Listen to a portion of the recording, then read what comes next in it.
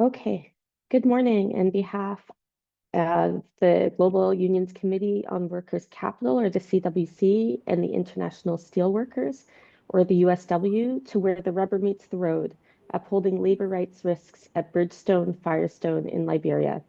My name is Tamara Herman. I am the Associate Director of Responsible Investment Leadership at the CWC, or the Committee on Workers' Capital, and I'm speaking to you this morning from Vancouver, Canada, on the unceded territories of the Musqueam, the Squamish, and the Tsleil-Waututh people. The CWC is a global labor network that brings together trade unions and worker-nominated asset owner board members from around the world, together for dialogue and action on the responsible investment of workers' capital. We are also the host of the Labor Rights Investor Network, which is an investor network on trade union rights. The USW is North America's largest industrial union, with 1.2 million members and retirees in Canada, the US, and the Caribbean. USW represents workers in nearly every industry that there is. Bridgestone Corporation is a Japanese multinational company, and it's the world's largest tire and rubber manufacturer. Through its Firestone Liberia Incorporated subsidiary, Bridgestone operates the world's biggest rubber plantation in Liberia, where it is also the country's most significant private employer. This webinar will provide investors with firsthand information on working conditions and labor rights at the plantation.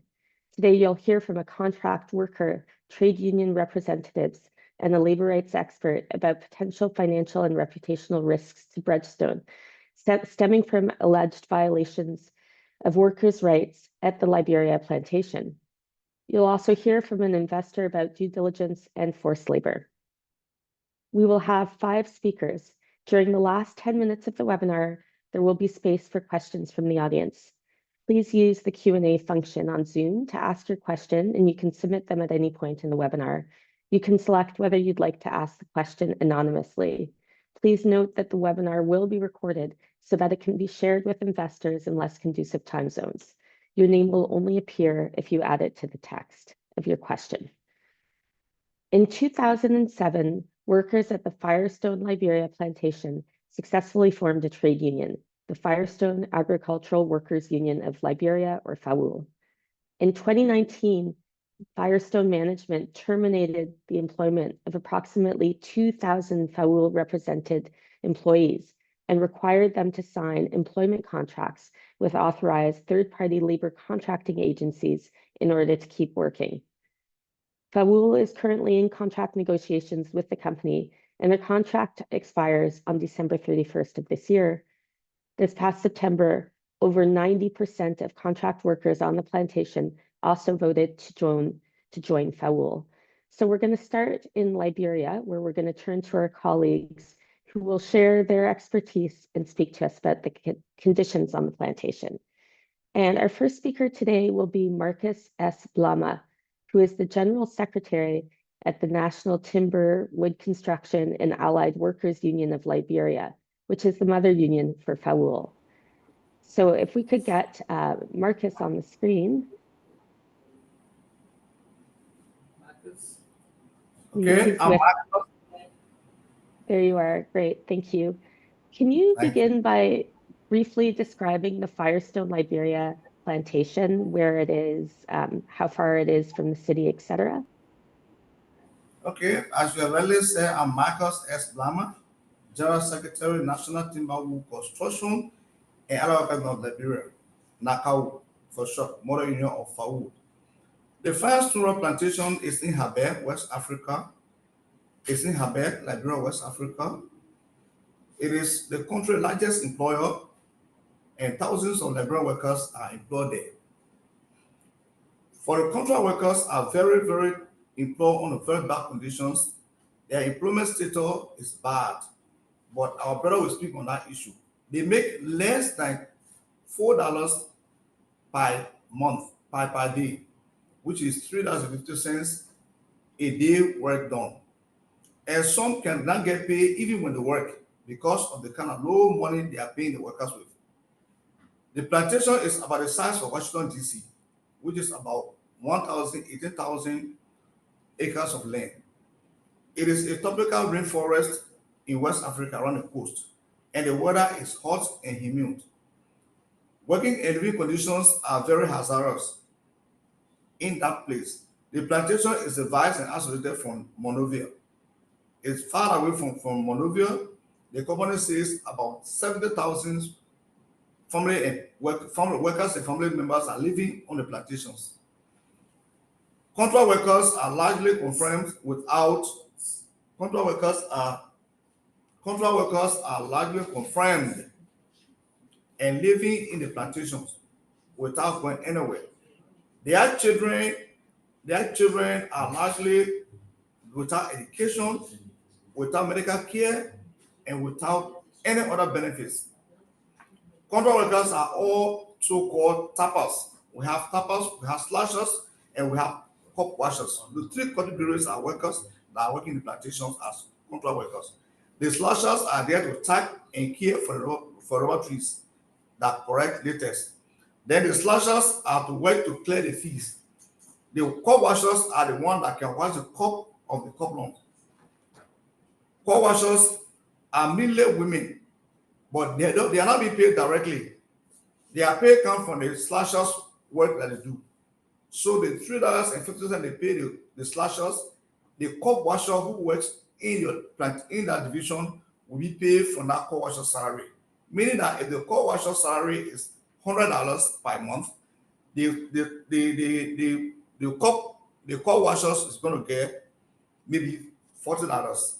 So you can look at the two payrolls that is there. Now, Firestone has different way of doing things. That's why we went and organized the contract workers, because look at the conditions. These are not workers that were hired from different areas. They were the same employees that were Firestone before. They knew how to tap. They were retired, fire, pay off. Then they called them to Compa and sign short contract, which is for 3 months, or not 2 months, or not 1 month, and they are not paying them. The workers that work under that conditions, especially they and their families, live in the Bar area. In 2019, Firestone fired almost about 2,000 employees, and these employees have joined the agencies of employment. They got contractor heads that are controlling almost 16 divisions of the workforce in that area. But their salaries, as we said from the beginning, very, very low. It's not easy. So without no protection and providing for them, the union contract like in Firestone, those workers that work as employees that will cover them under the union, they have right to go to school, they have right to medication, they have right to feeding. But for contract workers, it's no way. As a result, contract workers now have agreed to join the union FAWUL. We have conducted elections in September, and the union only won that elections. But as we are on the CBA going through the negotiations, the management is refusing to allow the contract workers to be covered under this CBA, which we have not yet ended. And that's a sticker issue that we are on with them, that all workers should have the right to join union of their choice. So that right should not be taken away. Meaning that if we go through, which we're pressing on them and also on the government, if that process goes on through, it means that contract workers will also be covered under the present CBA we are going through. These contract workers voted, as we said, in September. They have agreed to join the union. But the management is insisting that no way, they just make sure that they remain as contract and their rights will be denied. But before us is Eric, who is still here. He will explain to you the conditions of the contract workers and their families, how they work in that place. Thank you. Thank you so much, Marcus. You've done a great job of summarizing what the conditions are on the plantation, the types of work that people are doing, and some of the issues that contract workers in particular are trying to address through joining FAWUL's union. And so we are, as you mentioned, going to turn now to Eric Fatoma. Eric is a contract worker. He's a tapper. Marcus mentioned 3 different types of jobs: the tappers, the cup washers, and the slashers. And they all, it's difficult labor. And Eric's going to talk to us a little bit about what he does.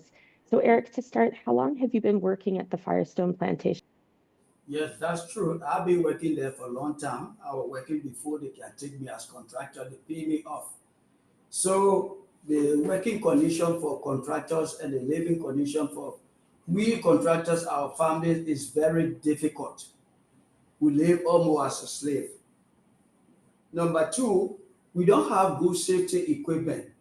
Healthcare is another big problem we face as a challenge on the plantation. When it comes to education, it's another difficult thing. Our children are not afforded education.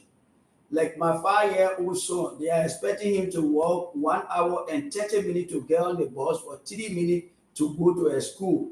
And that school I will call Sunday, the principal and other people told me that they are lacking of teachers. And the contract head refused to fund that school, but they sent our children live there. So the children walk 1 hour 45 minutes. 5-year-old children, they go, no teachers in the class. The bus take them, put them on the highway, no bus stop. They turn around and walk another 1 hour 45 minutes to come home without education. Another school dilapidated, they go and sit on the floor, put their slipper down and sit there because it is nearby. And the contract here are saying they will not pay a dime. So today they are putting our children out. Now when it comes to hot seats, yes? Eric, can I ask you one question? I'm sorry. So just to clarify, because this isn't a practice that many of our listeners would be familiar with. So there's one school for employees of Firestone's children, and then there's another school for the contract workers' employees. Is that what you're explaining there? The contract workers, Firestone go to different schools? Yes, they go different school. They don't. In fact, Firestone have a school. They have denied our children attending their school. Our children will go to school that is private, but we live on the same plantation. Employee children go to the Firestone school. We contract our children will go outside the plantation to school. That's the basic problem. When it comes to the hot seat facility, since the inception of the contract in 2019, no renovation, no running water. We don't even get good drinking water. The roads are not really rehabilitated. And we rely on the company to give us transportation to go to hospital. But they don't do it. And the contractor here on the 16 contract division, they have vehicle, but they refuse to give us car to take us to hospital. When you get sick, how do you get to hospital? So people end up dying because you are not paying, you don't get money to go to the hospital. So the hospital sometimes where I live is almost about 30-minute drive. So you don't have money, you can't walk. This is one of the biggest problems. The third portion that we face, we work, the rest they give up. 25 kg is for $20, they reduce it to 18. So we are paying $74 for 200 kg bag of rice. And if you're baking 150, you take $74 there, taxes move from there. We're only working for food. When it comes to the working condition, we do extra job like tappers. You build benches, you rub what they call stimulant to boost the productions of the latest on the tree. You have to build benches in your tar to when you collect the couple and put them there to bring them. They don't pay you. Quite recently, a guy chopped his tar. They couldn't give him accident report. That matter is before all, but we don't have nowhere to pressurize the company or contractor here to do that. That matter is laid down. That guy is not working. That's another problem we face with these people here. So when we're talking about the forced labor, if you don't do it, they give you this tax. They tell you, say your contract is terminated, and you don't take the matter forward because we are not under union, we are not covered. So what do? You just have to find your bundle, or you begin to beg the people. They give you any job they give you, you do it. That's the life we are living here currently. Our children, they provide buses, but the buses are not sufficient. Instead of going on the division, no bus stop there, they have to walk 1 hour 45 minutes to come on the road to get on the bus, to only ride the bus for 2 minutes. They put them to the school. That is not sufficient. So these are the problems we are currently faced with, and we want redress. Say 2 minute drop. No, the 2 minute dropout, that's why they do. So these are the critical problems we are facing with. No hospice facility, no hospital benefit, no good pay we take, contract are not even stable. Sometimes they don't even give you contract. When you speak, they pull you out like me. They decide to terminate my contract this month. But I don't know how possible would that one be. Thank you. So there's no guarantee that your contract will be extended beyond the contract you have now. So you're constantly, it sounds like there's precariousness built in where you have to wait and find out whether you'll get another contract. Is that correct? Yes, that's what happened. But because this is backed by management personnel, superintendent, they told the contract, these people are advocate for union right. You don't have to keep them on the plantation. Okay, understood. Thank you, Eric. And I just want to ask you one more question before I turn it to Rodnick, which is that you have worked on the plantation for years. Were you unionized and represented by FAWUL before 2019? Yes, I worked for the company. I was represented by the union. I was covered by the union. In fact, I was having good wages. Several times I participated in union election. I even worked there for them on contract basis before I was even employed by Firestone. Okay. Thank you. Thank you so much. I really appreciate you taking the time to speak with us today. I'm Welcome. going to turn it now to Rodnick M. Bongorley, who is the chairman of FAWUL, or the Firestone Agricultural Workers Union of Liberia. Hi, good afternoon. So Rodnick, what is your union asking Firestone to do to improve conditions for contract workers? Thank you very much. Again, my name is Rodnick M. Bongorley, or Moses Bongorley. For my side, we'll be more focused on what can we do to be able to resolve some of these things that are happening on the plantation. The shortest way to get this done, we will want for the union to cover the contract workers, because when they are covered under the union, then they will have protection, they will have job security. Even my brother who sit here, I say that my contract will soon be terminated. If you got a union, obviously that psychological fear will be in the management or their contract heads, that if I take action on them tomorrow, obviously there will be some repercussion. So the only way some of these things can be remedied is to get them under the union. So that being our request, that they need to be covered under the union directly, because that's the only way. And as I said, when you are under the union, you got covered. When you are under the union, even what we are doing now, we are negotiating with management and telling management that we want to extend our coverage to all of the contract workers. If we got the help from the government and from our international partners, like all of you do, we got our help from you. That particular intention that we have to cover them, when it is passed into law, into our CBA, obviously it's simple.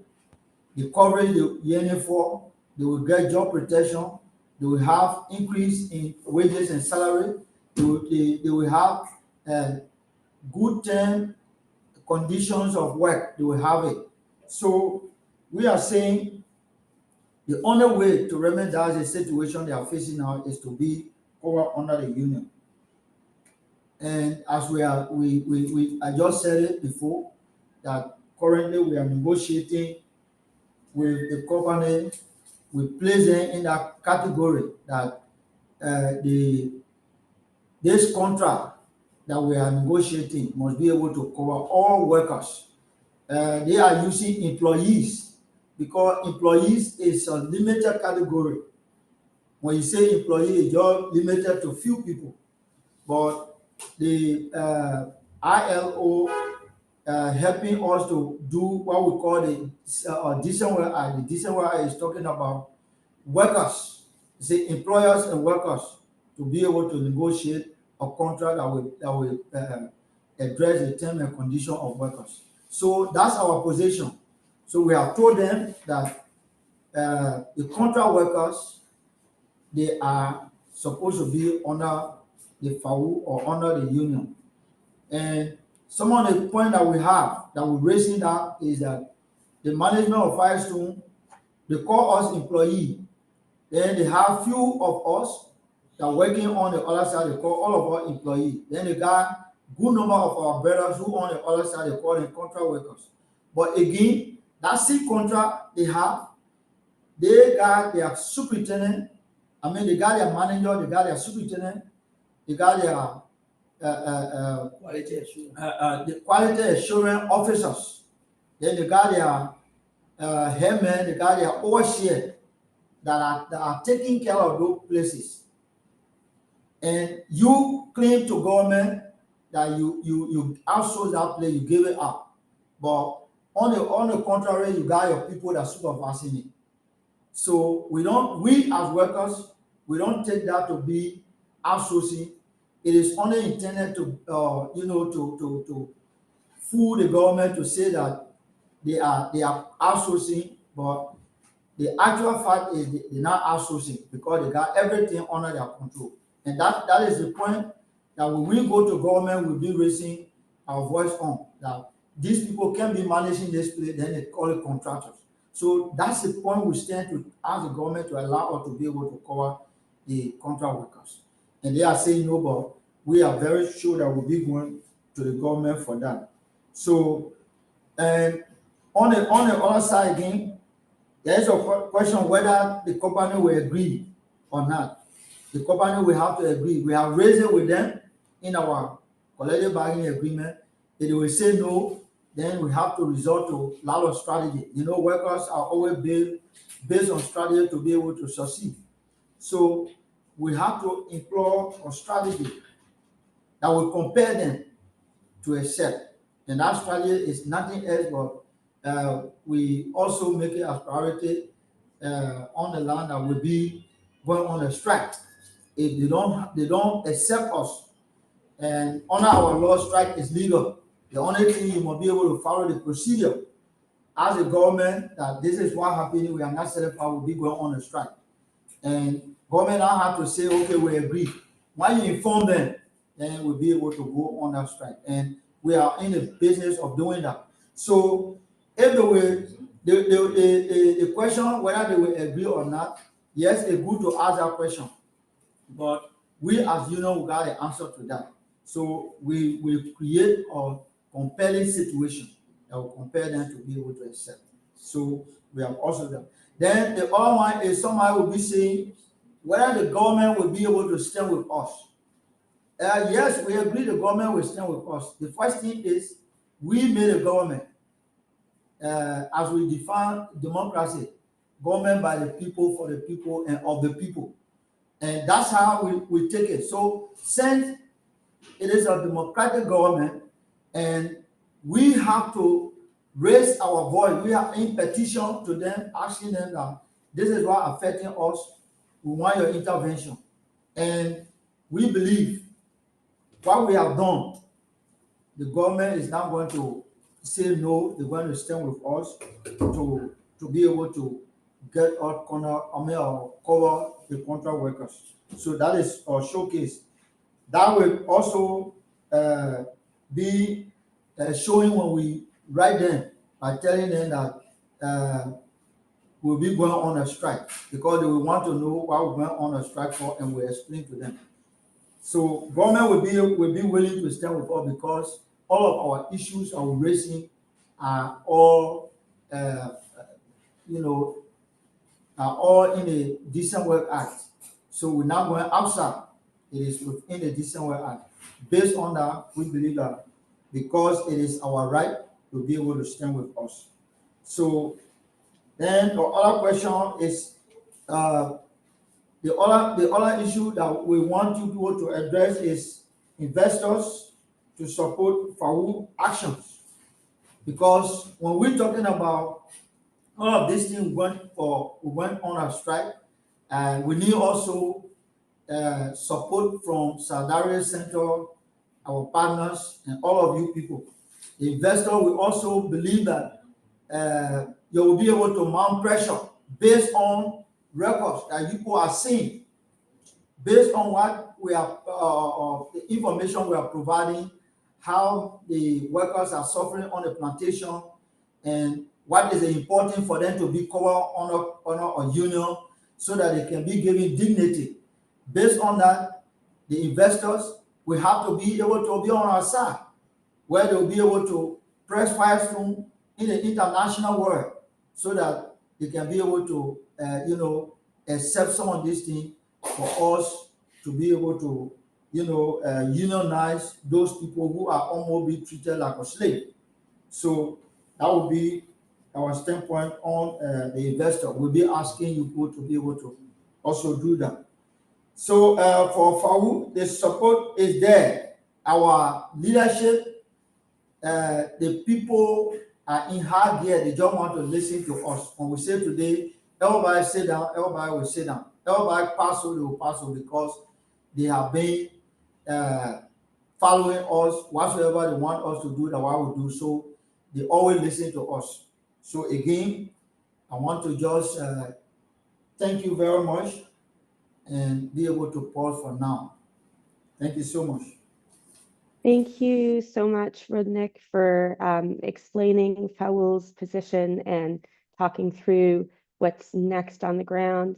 You've asked investors to support contracted workers in their request to the company to join the union as per the results of a vote that was held in September. And what we're going to do now is turn to some other elements of the investor case for this work. And we're going to start by introducing Deborah Greenfield, who is the former Deputy Director General for Policy at the International Labour Organization, or the ILO. Deborah, thanks so much for joining us this morning. You published a white paper that most of the participants would have received and that we'll send as well in a follow-up note, along with Lance Compa, who will pop in and make a cameo appearance later on. He's a senior lecturer emeritus at Cornell. And you wrote in your paper that a strong case can be made that Bridgestone Firestone's transfer of tappers, cup washers, slashers, and other employees from direct employment status to third-party labor agency contractor status and the resulting effects on their living and working conditions amount to violations of international labor standards on forced labor and occupational safety and health. And so I'm going to start by asking you to provide us with an overview and explain how you came to this conclusion. What factors led to that? Thank you, Tamara, and thank you to our brothers in Liberia for setting out such a detailed description of the situation on the ground.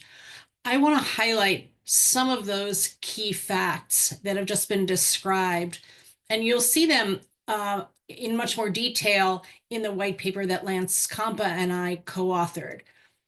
Imagine living on a plantation the size of a small city, often in the interior of that 180 square mile space, with no independent means of transport off the plantation. The plantation has only one employer, and your family is dependent on that employer, not only for a job, but for housing, medical care, and the education of your children. Now imagine that Firestone lets you go. They fire you, as it did with 2,000 workers in 2019. And they say, if you want to keep working, if you want to keep your job, you can do that, but you have to accept employment with independent labor contractors who will offer you very short-term contracts, roughly 3 months at a time, no guarantee of renewal. So you take those jobs because you have no choice. You lose your union representation, you're covered under the collective bargaining agreement. Pay is below standard with many forms of wage theft by contractors. The piecework system forces you into excessive overtime, and your living conditions are further degraded. That's the situation on the ground. Now, turning to international labor standards, I just want to talk briefly about what an international labor standard is. So for over 100 years, the ILO has adopted conventions and recommendations covering the gamut of labor and employment issues. They do that through detailed and lengthy debate and drafting by member states, and those member state delegations include workers' representatives and employers' representatives, which gives these standards a very high degree of credibility. The standards themselves have become a baseline for decent work around the world. Now, Convention 189, the Forced Labor Convention, was adopted by the ILO in 1930.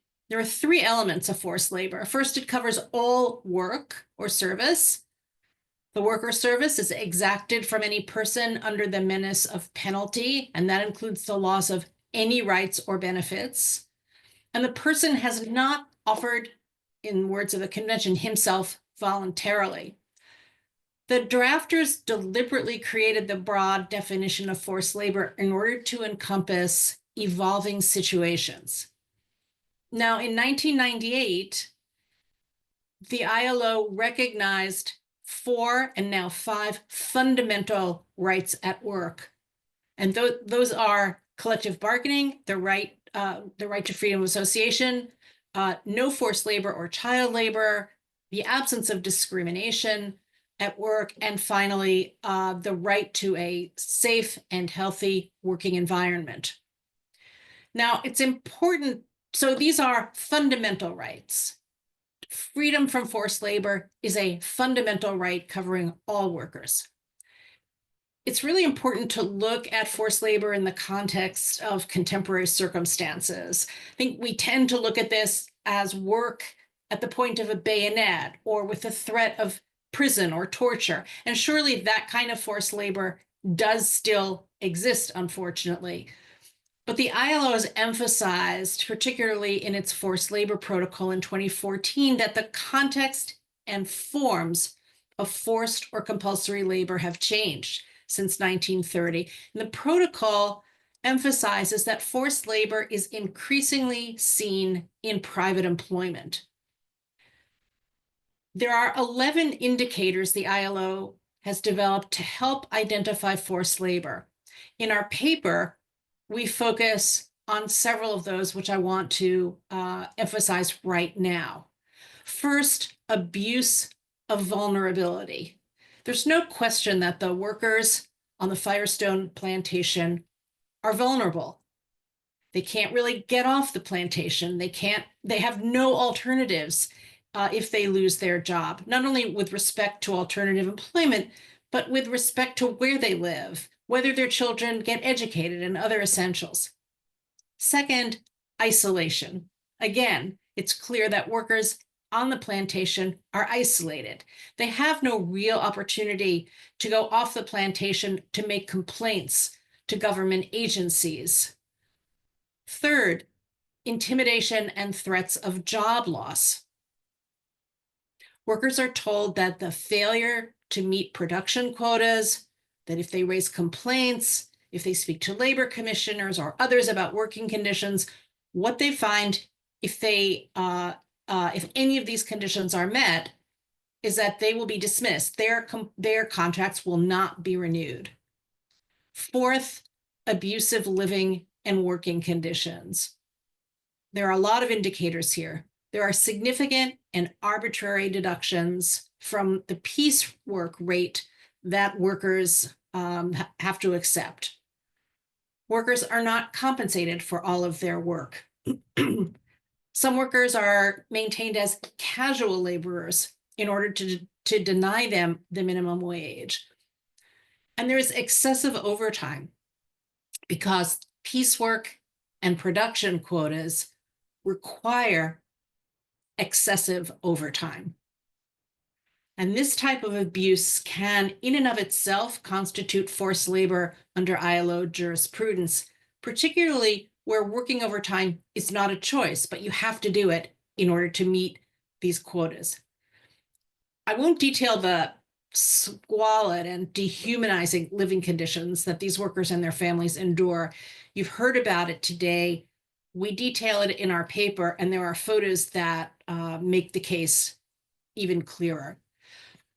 So taken together, for all of these reasons, we conclude in our white paper that the working and living conditions on the Firestone plantation meet several indicators of forced labor. Thanks, Tamara. Thank you so much. That makes it very clear how and why these conditions align with indicators of forced labor. Very briefly, because I think we have 2 minutes left of this segment, can you run over or go over the hard and soft law options that are available to improve conditions for contract workers? Just a quick summary. Sure, and I'll start with a caveat. As we say in our paper, we believe that the most effective remedy is union representation and coverage under a collective bargaining agreement.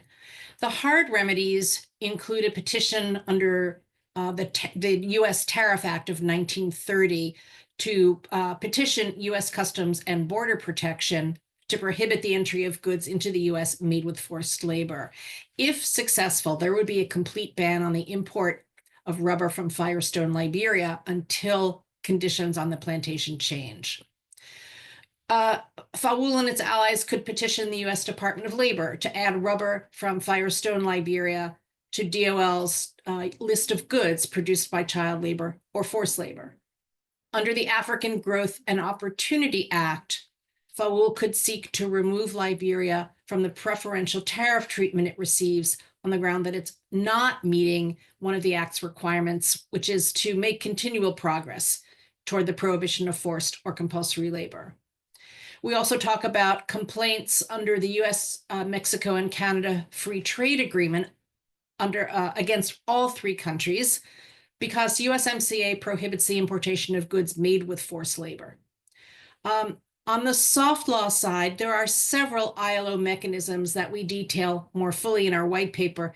These are complaints that are not, the ILO does not have enforcement authority, but these complaints, if successful, would provide FAWUL and its allies with detailed analysis of how the plantation engages in forced labor. And then finally, a complaint under the OECD guidelines for multinational enterprises on responsible business conduct, which could result in a mediation or conciliation proceeding and then a final report. Again, not enforceable, but a powerful tool. Thanks. Thank you so much, Deborah. We're going to shift our lens now a little bit more broadly because we're going to bring in an investor, Martin Buttle. He's the Better Work Lead at CCLA Investment Management Limited in the UK. And we've asked Martin to join us to talk through how and why investors can engage companies on labor rights and on forced labor in particular. And Martin, the CCLA has taken a leadership role in addressing modern slavery risks, launching the Find It, Fix It, and Prevent It collaborative investor engagement program back in 2019. Can you start by describing the rationale for this work and why modern slavery is an issue that investors should be engaging companies on? Thank you, Tamara. Thank you for the opportunity to talk about this issue. And it's really humbling to hear about the situation for the workers in Firestone Liberia. So yes, CCLA stands for Church, Charities, Local Authorities. We're a 15 billion pounds asset manager in the UK, investing for faith-based and charity-based clients. And we founded Find It, Fix It, Prevent It in 2019 as a collaborative investor initiative to tackle forced labor and modern slavery.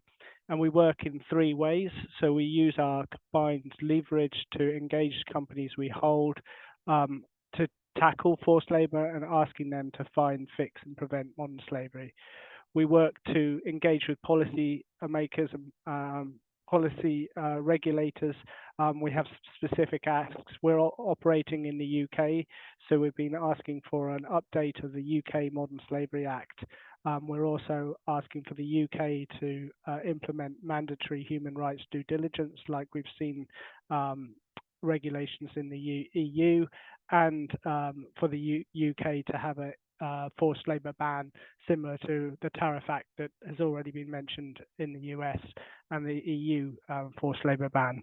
And we also work to provide more data to investors on both the prevalence of modern slavery around the world and also on corporate performance to tackle modern slavery.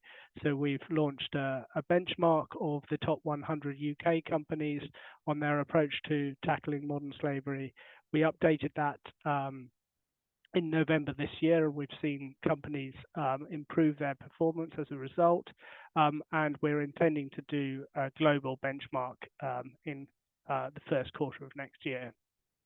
We believe that tackling forced labor and modern slavery is a fundamental thing that investors should do. It is a salient human rights for a lot of businesses. We think that with 50 million people in modern slavery and forced labor around the world, and the numbers are growing. So the last time the figures, the estimates of the number of people in modern slavery was calculated was in 2016.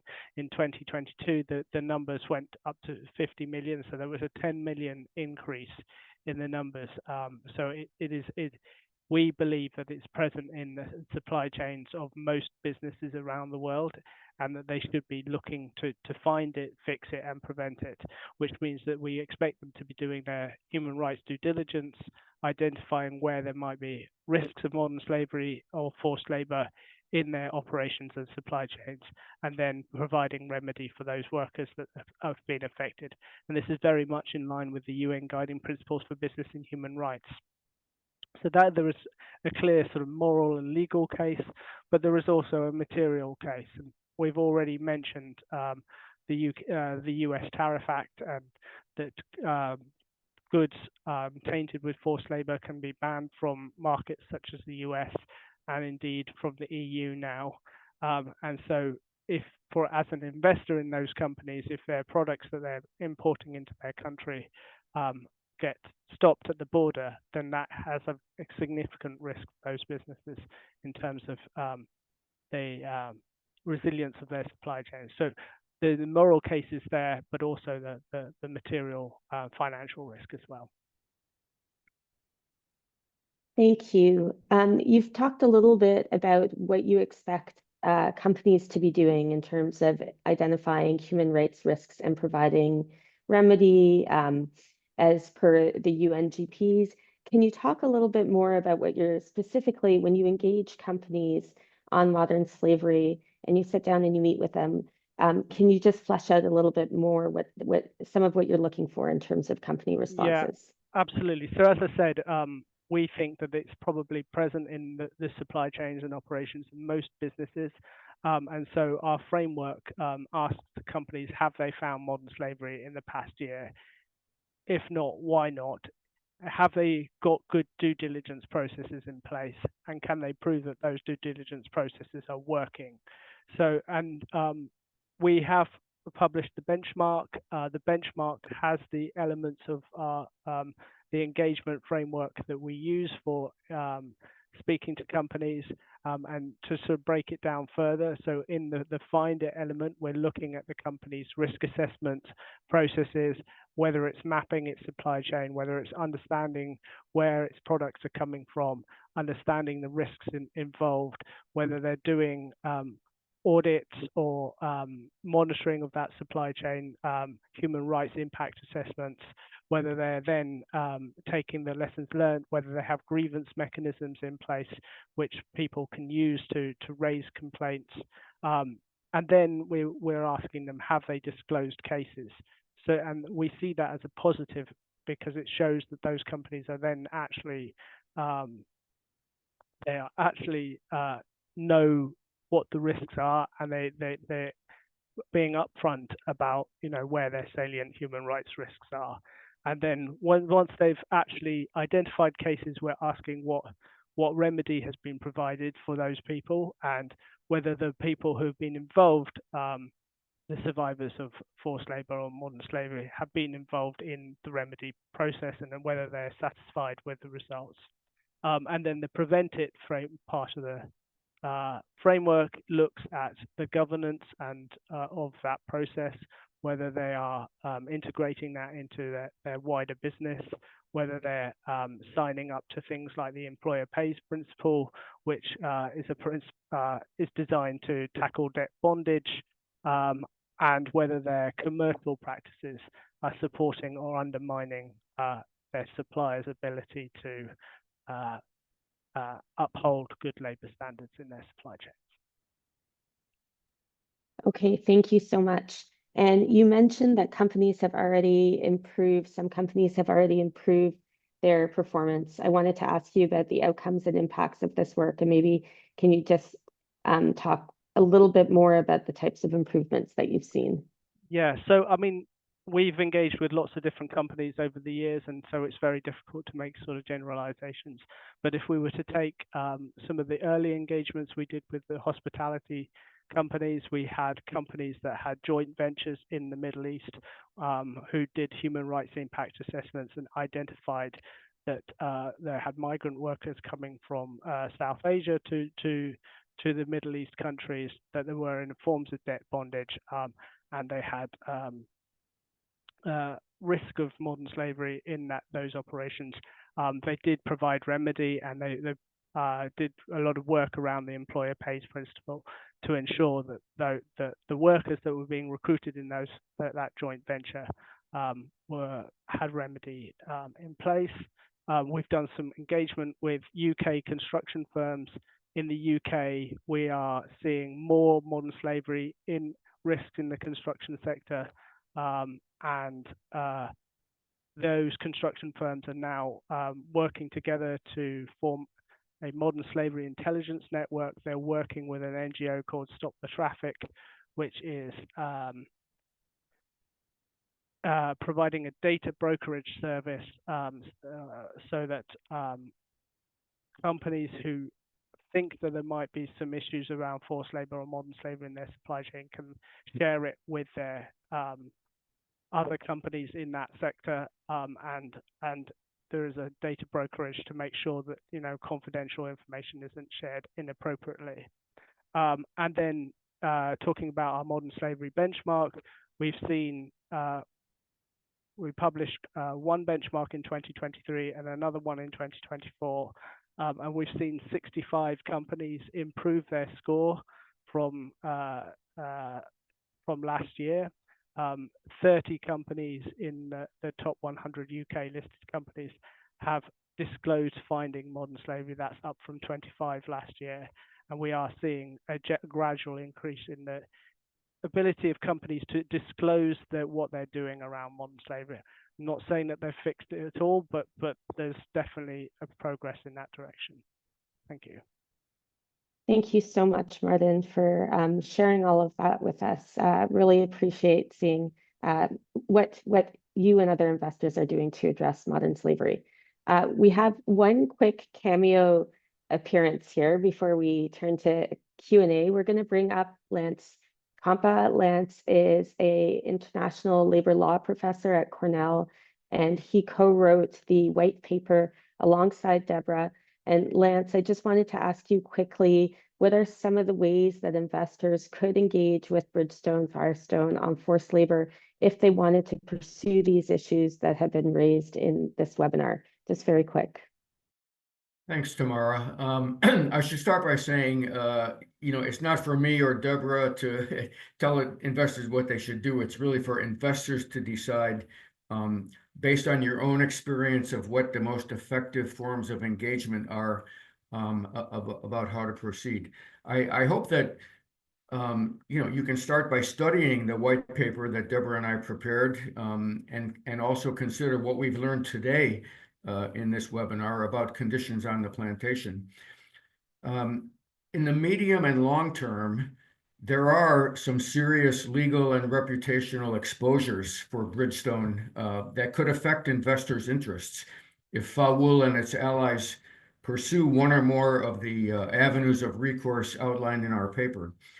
But perhaps short of that, investors could seek an independent audit of conditions on the plantation by someone jointly chosen by Bridgestone and FAWUL, like a former UN human rights rapporteur or a former ILO official, somebody with the gravitas to really make an effective set of findings and recommendations. In the short term, as Roderick said earlier, urging the company to resolve the collective bargaining negotiations and to restore the contract workers to regular employee status is the most helpful thing that investors can do. But really, as I said, the next steps are for investors to decide based on your own principles and benchmarks and expectations of your investee companies regarding international labor standards, and on the investment strategies and tactics, the engagement strategies and tactics that you find most effective, different forms of communications and meetings and so on. I'll leave it at that so we can move to the Q&A. Thank you. Thank you so much, Lance. Much appreciated.